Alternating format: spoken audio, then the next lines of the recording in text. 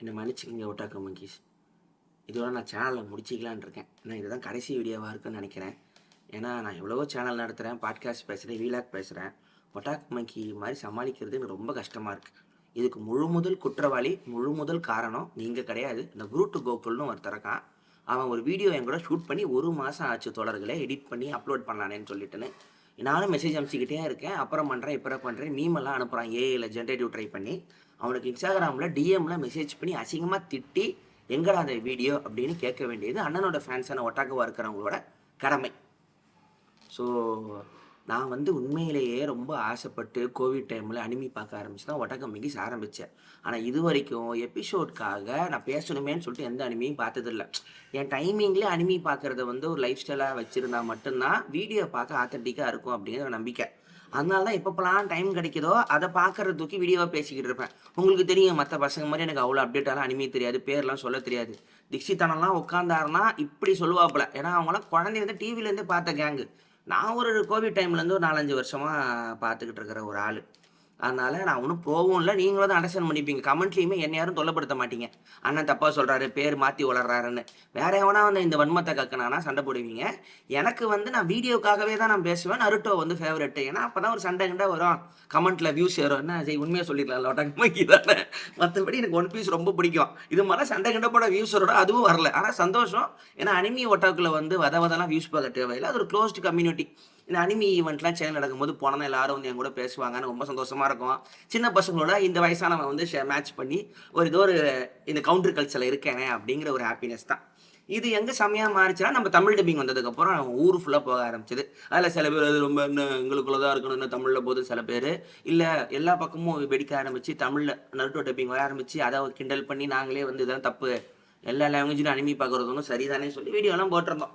So இதுதான் ஒட்டாக்குமிக்கு நிலைமை. அதனால இப்போ டிலே ஆனதுக்கு தயவு செஞ்சு மன்னிச்சிடுங்க. அது தப்பு தான். வீடியோ போட்டிருக்கணும். குரூட்டை எவ்வளோ அசிங்கமாக திட்டி நீங்கள் ஸ்க்ரீன்ஷாட் அமிச்சா கூட அதை எடுத்து நாங்கள் சேனலில் எடிட்டிங்கில் போடுறதுக்கு ரெடி. Hi crude. ஸோ நான் ரீசெண்டாக என்னோட அப்டேட் பார்த்தீங்கன்னா, இந்த மாங்காவையும் அனிமையும் மாறி மாறி படிக்கிற சின்ன ஹேபிட் ஒன்று வச்சுக்கிட்டேன். நான் நைட் உண்மையாக சொல்கிறேன், வேலையெல்லாம் முடிச்சுட்டு வீட்டுக்கு போயிட்டு சாப்பிட்டுட்டு 10 to 11 ஒரு எபிசோடு போடுவேன். கிரன்ச்சிரோவில் காசு கட்டி போடுறேன். நானும் கிரன்ச்சிரோவில் எல்லா எபிசோடும் ப்ரொமோட் பண்ணுறேன். ஒரு ஆடு கிட்ட கொடுக்குறேன், சேனலுக்கு நான் கொடுக்கறது இல்லை. அது உண்மையிலே கிரன்ச்சிரோவில் கட்டுறேன். ஏன்னா பைரேசிலாம் இப்போ பார்க்குறதும் தப்புங்கிறத தாண்டி அது வேலையும் செய்ய மாட்டேங்குது. .com பிளாக் பண்ணிடுறானுங்க. இது சொல்லலாம்ல. மாதம் காசு கட்டி மெகா ஃபேன் இதில் இருக்க கிரன்ச்சிரோவில் போட்டு விட்டுருவேன். ஸோ ரீசெண்டாக நான் விட்டு இது என்ன ஓகேவாக தான் இருக்குன்னு நினச்சிட்டு ஜட்ஜ் பண்ணி அப்புறம் செம்மையாக இருக்குன்னு தொடர்ந்து பார்த்துருக்குது ஃபயர் ஃபோர்ஸ். நருட்டோ இன்னும் போயிட்டுருக்கு. மெதுவாக சிப்ஸ் சாப்பிட்ற மாதிரி பொறுமையாக சாப்பிட்டுக்கிட்டு இருக்கேன். அப்போ நருட்டோ எங்கே தெரியுமா வந்திருக்கான், அந்த இவப்பில் பெயினோட நருட்டோ சண்டை போட்டு நேராக உண்மையான பெயினை போய் பார்த்துருவாங்க. கொகக்குள்ள போயிட்டு பெயின் நான் ஏன் அப்படி ஆனேன்னு தெரியுமான்னு ஃப்ளாஷ்பேக் ஆரம்பிச்சிருக்கான். அதை ஜிராவும் பெயினும் ட்ரைனிங் செஷனுக்கு ஏன் அவன் பெயினாக மாறினாங்கிற இடத்துக்கு நிப்பாட்டி வச்சுட்டு ஃபயர் ஃபோர்ஸ் பக்கம் போயிட்டேன். ஃபயர் ஃபோர்ஸ் என்னது, யார் எடுத்தா, அட்சுஷி ஒகுபோ.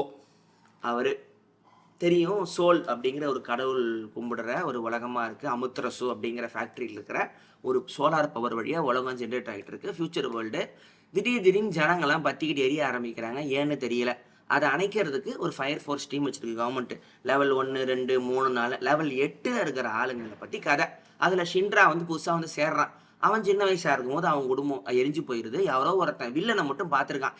இந்த ஜனங்க திடீர்னு கம்பஸ்ட் ஆகுறது ஏன்னு யாருக்கும் தெரியல. இவன் உடம்புல இருந்து இந்த ஃபயர் ஆகிற பவரில் அப்படியே நிற்பான் ஏரில், ஜெட் இன்ஜின் மாதிரி. அந்த பவர் இருக்குது. அதுவும் ஏன் வந்துச்சுன்னு தெரியல. இவன் டீமில் போய் சேர்றான். அங்கே இந்த 8வது லெவலில் இருக்கிற ஃபயர் ஃபோர்ஸுக்கு மட்டும் இந்த விஷயம் ஏன் நடக்குது, இது ஒட்டுமொத்தமாக ஸ்டாப் பண்ணணுங்கிற எண்ணம். மீதி 7 லெவலும் ஒரு மாதிரி கிரீப்பியாக இருக்கானுங்க. Top level ஹைரார்க்கிலாம். ஸோ ஒவ்வொரு லெவலாக போய் நல்ல மனுஷங்களை ஃப்ரெண்டு பிடிச்சி இந்த உலகத்தை எப்படி காப்பாற்றுறாங்கன்னு. அதில் ஒரு வில்லன் ஒருத்தன், டெவில்னு ஒருத்தன் வரான். சோல் கடவுள்னு ஒன்று இருக்குது. அப்புறம் ஒரு கேகே கிளான் மாதிரி ஒரு கேங் ஒன்று இருக்குது, இவாஞ்சலிஸ்ட்டுன்னு. திடீர்னு பார்த்தா இவன் சின்ன வயசில் வீட்டில் இருந்து தொலைஞ்சு போன செத்து போயிட நினச்சிருந்த இவன் தம்பி வில்லன் டீமில் மெயின் ஆளாக இருக்கான். இவங்க 2 பேருக்கும் ஒரே ஒரு பவர் இருக்குது. அதை அமோரஸ், நல்ல பேர்ரா, நீங்களே பார்த்து உங்களுக்கு தெரியும். ஸோ அடோலா பிளாஸ்ட் அந்த பவர் இருக்குது. அந்த எபிசோட் வரைக்கும் பார்த்துருக்கேன். இப்போ தான் வல்கன் அதாவது இவனுங்க போகிறானுங்க. ஷின்ரா வந்து ஒவ்வொரு ஸ்டேஜாக தாண்டி லெவல் 3ல இருக்கிற ஒருத்தவங்க ஃப்ரெண்டு பிடிப்பான், 4ல இருக்கிற ஃப்ரெண்டு பிடிப்பான். சில லெவலில் டாக்ஸிக் ஆளுங்க இருப்பானுங்க, இவனை கொல்றதுக்கு வெயிட் பண்ணுவானுங்க. லெவல் 1க்குள்ளே போகவே முடியாது. ஒவ்வொரு லெவலோட கேப்டன் அவங்களுக்குள்ள இந்த 1-on-1 ஃபைட்டுன்னு ஜாலியாக போயிட்டுருக்கு. ஸோ இப்போ வந்து தம்பி வந்து ஆப்போசிட் டீமில் இருக்கான். இவன் திருப்பி தம்பி நான் உன்னை காப்பாற்றுவேன் கவலைப்படாதான்னு சொல்லிட்டு அங்கேருந்து தப்பிச்சு வரான். தம்பியோட பவர்லாம் செம்மையாக டைம் வார்ப்லாம் பண்ணி சண்டை போடுறான். ஸோ இது வந்து பார்க்க திருப்பி நருட்டோவோட ஃபீல் வந்துடுது. நான் உன்னை காப்பாற்றுறேன் அப்படின்னு சொல்லிட்டுன்னு ஒரு ஹீரோ தனக்கு பிடிச்சவன் வில்லன் டீமில் இருக்கிறது. நருட்டோவுக்கு ஆப்போசிட் சாசுகே இருப்பான்ல, அது மாதிரி தான். இப்போ என்ன பண்ணுறேன்னா, ஒரு அனிமி பார்க்குறேன்னா பேரலாக அதோட மாங்கா பார்க்க ஆரம்பிக்கிறேன். அந்த பேனல்ஸ்லாம் எப்படி இதே எபிசோட வரைஞ்சிருக்கிறாங்கன்னு சொல்லிட்டு எனக்கு அது சின்ன ஒரு கியூரியாசிட்டி மாதிரி போச்சு. நருட்டோலாம் பார்த்தீங்கன்னா இந்த நிறைய எபிசோடு இருக்கிற அனிமி வந்து எஃபெக்ட் கம்மியாக இருக்கும். ஒன் பீஸ் எல்லாம் நான் மாங்கா தான் பார்க்குறேன். ஒன் பீஸில் ஓடாவோட ஆர்ட் ஒர்க்குக்கு ஈக்குவலாக அனிமியில் பண்ணவே முடியறதில்ல. அதாவது லேட்டர் எபிசோடில் வேணால் அப்படி இருந்திருக்கலாம். நான் ஒரு 400 500 அவ்வளோதான் நான் பார்க்குறேன். ஜெய் பார்க்கலாம். இன்னும் 400 500 அசால்ட்டாக சொல்கிறீங்க. நான் இந்த ஸ்னோ ஐலாண்டில் இந்த சி ஐலாண்டு மேலே க்ளவுட் ஐலாண்டு ஒன்று இருக்கும்ல, இந்த டான் குவிக்ஸ்டார்ட்னு ஒருத்தர் இருப்பார். இந்த காட்டுக்குள்ளே போய் மாட்டிப்பானுங்களே, அந்த வேர்ல்டு தலைகளாக திரும்பிடும். மேகத்தில் சி ஐலாண்டா க்ளவுட், உங்களுக்கு தெரியும் அது என்ன எபிசோட் சொல்கிறேன். அங்கே இருக்கேன், மாங்கா படிக்கிறேன். அனிமி வந்து கிரன்ச்சி ரோலில் வந்து கடைசி 2 சீசன் தான் போட்டிருக்கான். எனக்கெல்லாம் ஃபஸ்ட்லேருந்து எதுவும் அப்லோட் ஆகலை. ஸோ இதுதான், இதை பேரலாக நான் மாங்காவும் படிக்கிறேன். எதுக்கு, நம்ம ஃபயர் ஃபோர்ஸுக்கு. மாங்காவும் சூப்பராக இருக்குது. ஏன்னா சில பேனலில் வந்து பார்த்தீங்கன்னா அப்படியே ஆர்ட் ஒர்க்லாம் பயங்கரமாக இருக்குது. அனிமியில் அதை எடுத்து பார்த்தீங்கன்னா அந்த அளவுக்கு பயங்கரமாக இல்லை. இது ஒரு கெட்ட பழக்கமாக நான் வந்து பார்த்து என்ஜாய் பண்ணிக்கிட்டு இருக்கேன் ஒரே எபிசோட. கைஜு நம்பர் 8 அப்படி தான் பார்க்குறேன். கைஜு மாங்கா கைஜுல வந்து மாங்கா அனிமி ரெண்டுமே சூப்பராக இருக்குது. நான் அதெல்லாம் அடுத்தடுத்த எபிசோடில் பேசுகிறேன். நான் தானே சமாளிச்சா அவனும் குரூட்டு வருவானான்னு தெரியல. நல்லா பார்த்து வச்சுருக்கேன் இப்போதைக்கு. மாங்காவில் உங்களுக்கு எதாவது ரெக்கமெண்டேஷன் வேணும்னா த கிளைம்பர் அப்படின்னு ஒன்று இருக்குது. இந்த மலை ஏறுறவங்களை பற்றி வாழ்க்கை. ஸ்கூலில் இந்த வால் கிளைம்பிங் பற்றி இன்ட்ரெஸ்ட் இருக்கிற பையன் ஒருத்தன் வரான். ரொம்ப லோன்லியாக இருக்கான், யாருக்கிட்டும் பேச மாட்டேங்கிறான். ஒன்ஸ் அந்த ஸ்போர்ட்ஸை பற்றி தெரிஞ்சதுக்கப்புறம் அவனுக்கு பயங்கர ஃபீல் ஆகிடுது.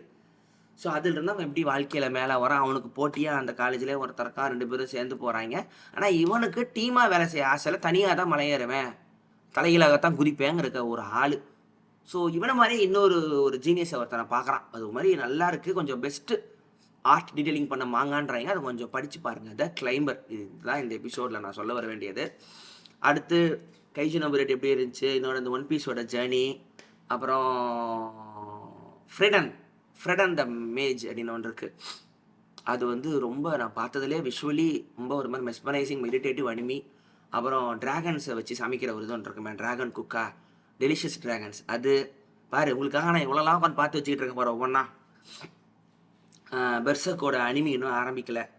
So fire punch,